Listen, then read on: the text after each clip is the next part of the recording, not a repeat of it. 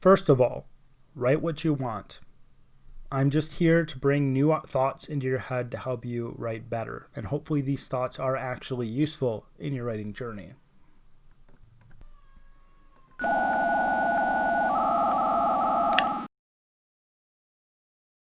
So it's time to be a hypocrite. It's time to take what I talked about in the last episode and talk about something completely different. Now, in the last episode of this podcast, I talked about this idea of how you might not want to exclude words. And specifically, I talked about this idea that you might not want to blacklist words in your writing. And the reason why is because if you blacklist words in your writing, it might be the case that you run into a situation where you need to use that word, or whichever words you've blacklisted would actually be the best words to use in your writing, if that makes sense. I'm usually in favor of keeping my options open. And I'm in favor of keeping my options open in the sphere of writing because if I don't keep my options open, I'm going to get locked into a specific way of writing. I'm going to stop growing as a writer. I'm going to stop becoming a better writer because the idea of keeping my options open, or if I don't keep my options open, then I'm going to choose things I've always chosen in the past. So as a writer, when I'm using specific words, it's not often the case that I'll blacklist anything. And I encourage people who are writers not to blacklist anything, because if they do, they may find it to be the case that that word actually had a very good use and you just have a personal bias against it, right? Now, again, I'm not here to tell you what to do. I'm here to suggest something. But we're going to talk about esoteric words today, and I touched on this in my last episode. Esoteric words are words that just people do not know. It's not used in the common vernacular. Vernacular might be an esoteric word to you. Most people understand what that word is. It's not used commonly in speech. It's not used commonly among people. Now, one thing you should remember is that most of the people reading your work are people who are just reading your work and they don't do a lot of writing. Some people write for writers, and that's okay, and you can use larger words and you can use words that people don't know. You can use words that haven't been used for thousands of years, though if you use words that haven't been used for thousands of years, they're not even English anymore. There's some other language, even if they have an English, like they could be Old English or Middle English. I guess Middle English is English and Old English was English, but it's not the same language. We can't understand what they're saying in Old English. But if you use esoteric words and you're trying to connect to regular readers, I would just caution you against it. Now, there are instances where I think that they are appropriate. I don't disqualify any word, like I said in the last episode. There are always instances where you can use a specific word or a specific phrase, even a cliche, right? There are specific places to use those things. One of my writing rules even talks about this, that everything in writing or in language is useful for something, and some things are more useful than others.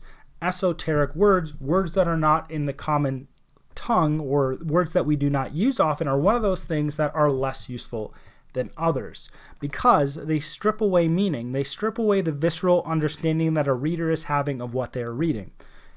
If I have the word defenestrate, now the word defenestrate is a very fun word. It's a specific English word. I believe it's from the Latin, and it means to throw somebody out a window. But if you didn't know what that word was, it wouldn't mean anything to you, and you wouldn't have this picture of throwing somebody out a window. But then again, maybe you do know what the word defenestrate means, and I know what it means, but we have different ideas of what it means to throw somebody out a window. So the only way I'm going to be able to get a specific meaning to you is if I actually break it down, if I take out that word defenestrate and I replace it with how the person was thrown out the window, what they said, what they screamed, how they fell through the air, what happened to the window, where they landed, etc. What happened after they landed too. So there is a difference between me taking that word, pulling it out of what I'm writing, and replacing it with something that is more vivid, that is more specific. Because yes, defenestrate is a very specific word. To throw someone out a window is a very specific action, but I could probably think of a million different ways in which I could throw someone out of a window. Just saying. I'm not saying that you can't use these words, but if you are using them, you may fall out of what I believe is the main goal of writing. And this is what I'm trying to say. The main goal, I think, of writing is clarity. You're trying to take what's in your head and you're trying to place it in somebody else's head in a manner of words. If you use big words and that person doesn't have the same exact understanding of that big word as you, or this esoteric word, it might not be a big word, it might be a 2-letter word that nobody knows. If the person who is reading does not have the exact same understanding of that word as you failed to be clear in your writing. Like I said with defenestrate, there's a lot of different ways you could throw someone out a window. There's a lot of different ways somebody could fly out of a window.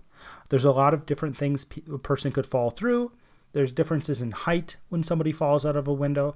There's differences in what that person might do. There's differences in where they'll land. There's differences in how hurt they will be. Some windows are thicker than others, right? Some windows cannot be broken very easily, so it might take a little while to, I don't know if you can use the word in this way, to defenestrate someone. But the point is that there is meaning lost if you use it. And in general, I think that it's probably a better rule of thumb. I won't say it's a better rule and like you should always do it this way, but I think it's a better rule of thumb to actually explain what's going on rather than just stick a larger word in there. So it is more about clarity than the word being used. And if you find it to be the case that a long or esoteric word or a big word, we can call it that, you might find it to be the case that that word clarifies things better, or it's the only word you can use. That's okay. But remember, some readers are writers, but not all. You can just connect to writers, as I've said before, but personally, I like to connect to people who aren't writers. I like to connect to people who do different things. I learn a lot of stuff from them. I think they're interesting. So I would encourage you to, again, go for clarity, and sometimes esoteric words obscure things even though they're meant to have a very specific meaning.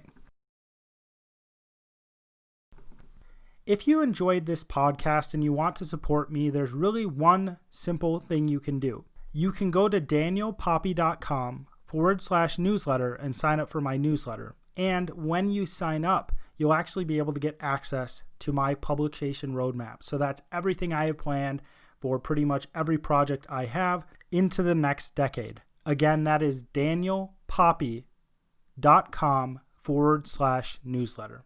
You can also find the link below.